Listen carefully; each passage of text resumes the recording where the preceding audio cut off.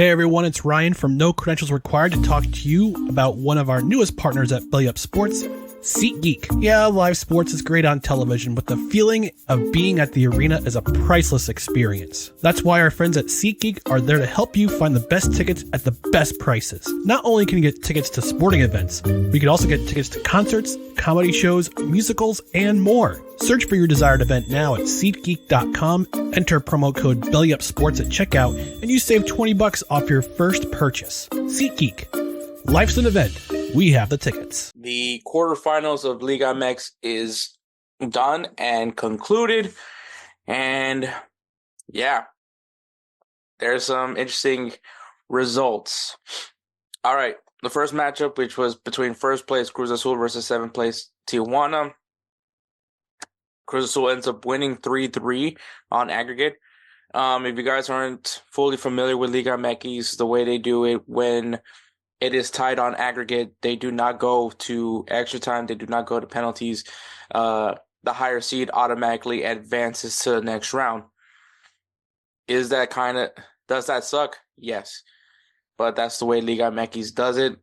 And for this one, props to Tijuana, man, for a team that has now, at this point, played 2 matches already before going into their first leg game against Cruz Azul. First place, Cruz Azul. Best team offensively and best team defending, Cruz Azul. To go in that first leg and win 3-0 in front of your home crowd. Yes, that's a home field advantage thing, but still, once again, you've played, you've already played 2 games in, and to go into that first game with that kind of performance, you felt pretty confident about how this team was going to perform for the second leg. But the first leg was a 3-0 win for Tijuana.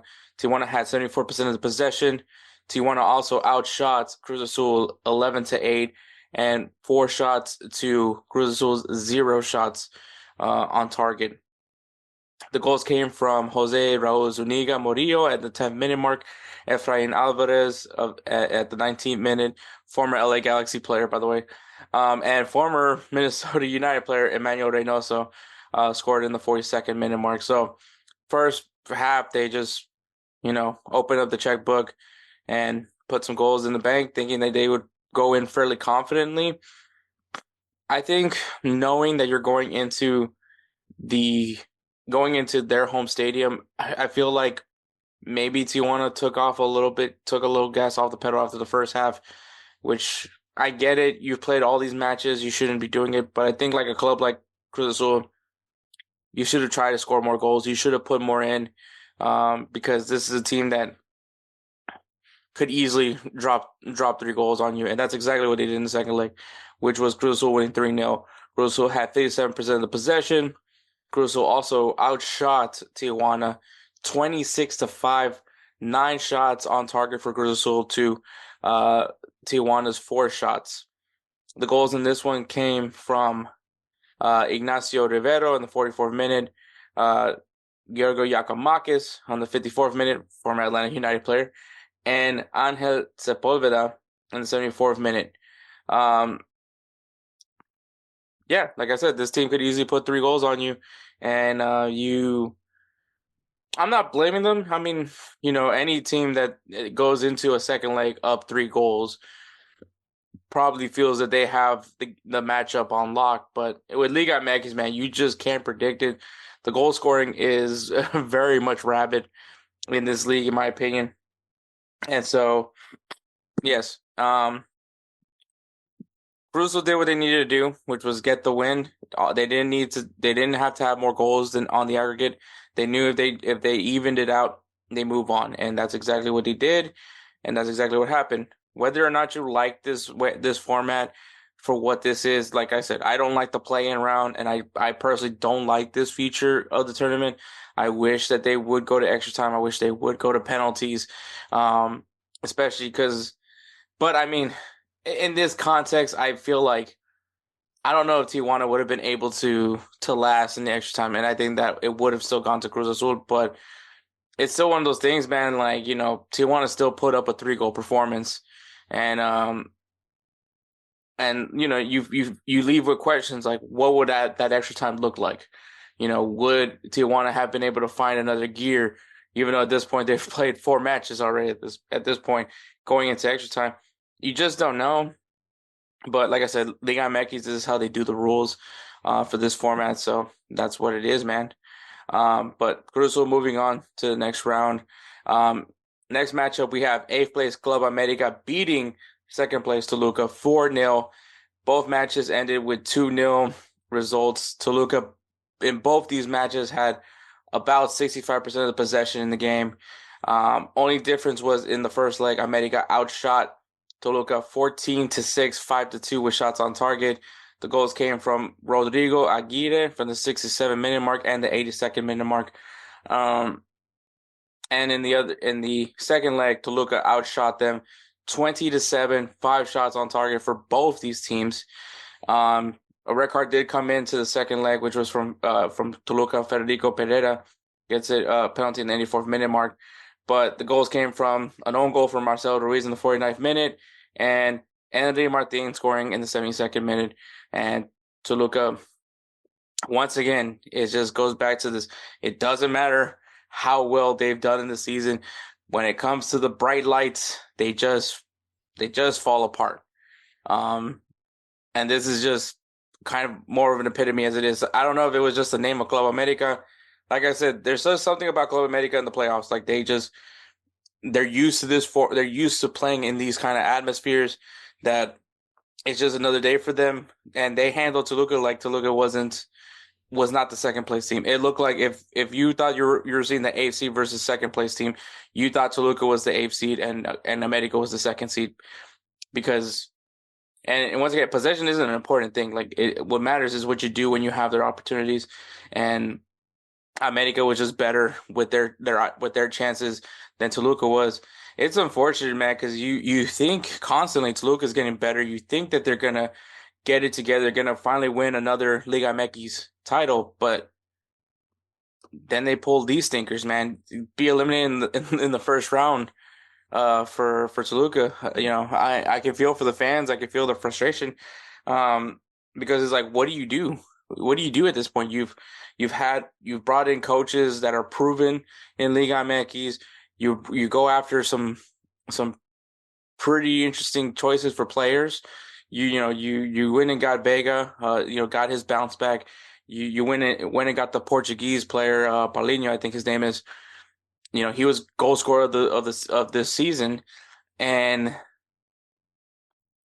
when it comes down to this moment, you just don't live up to the hype, and I think that's what it is. Honestly, that's just what it is with Toluca.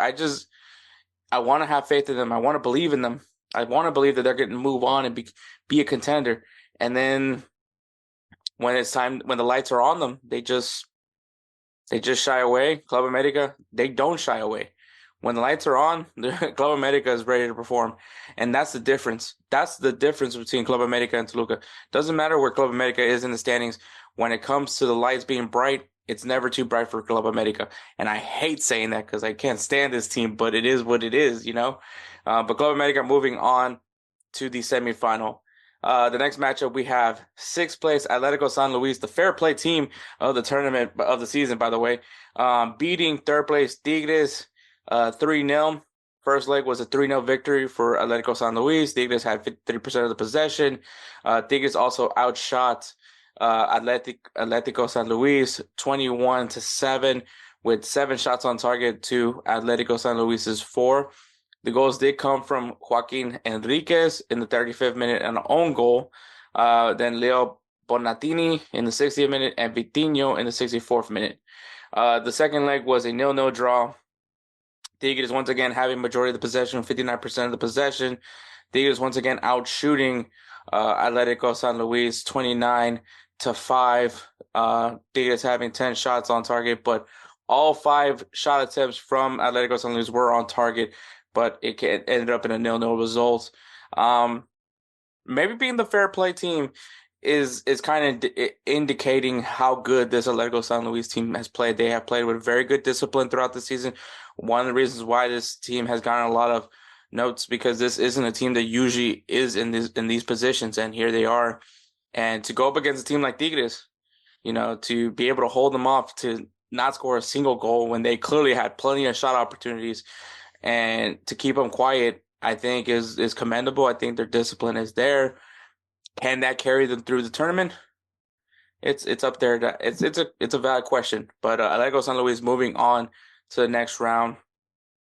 And then the final matchup, we got fifth place Monterrey beating fourth place Pumas 6-3 on aggregate. The first leg was a 1-0 victory for Monterrey. Monterrey had 64% of the possession.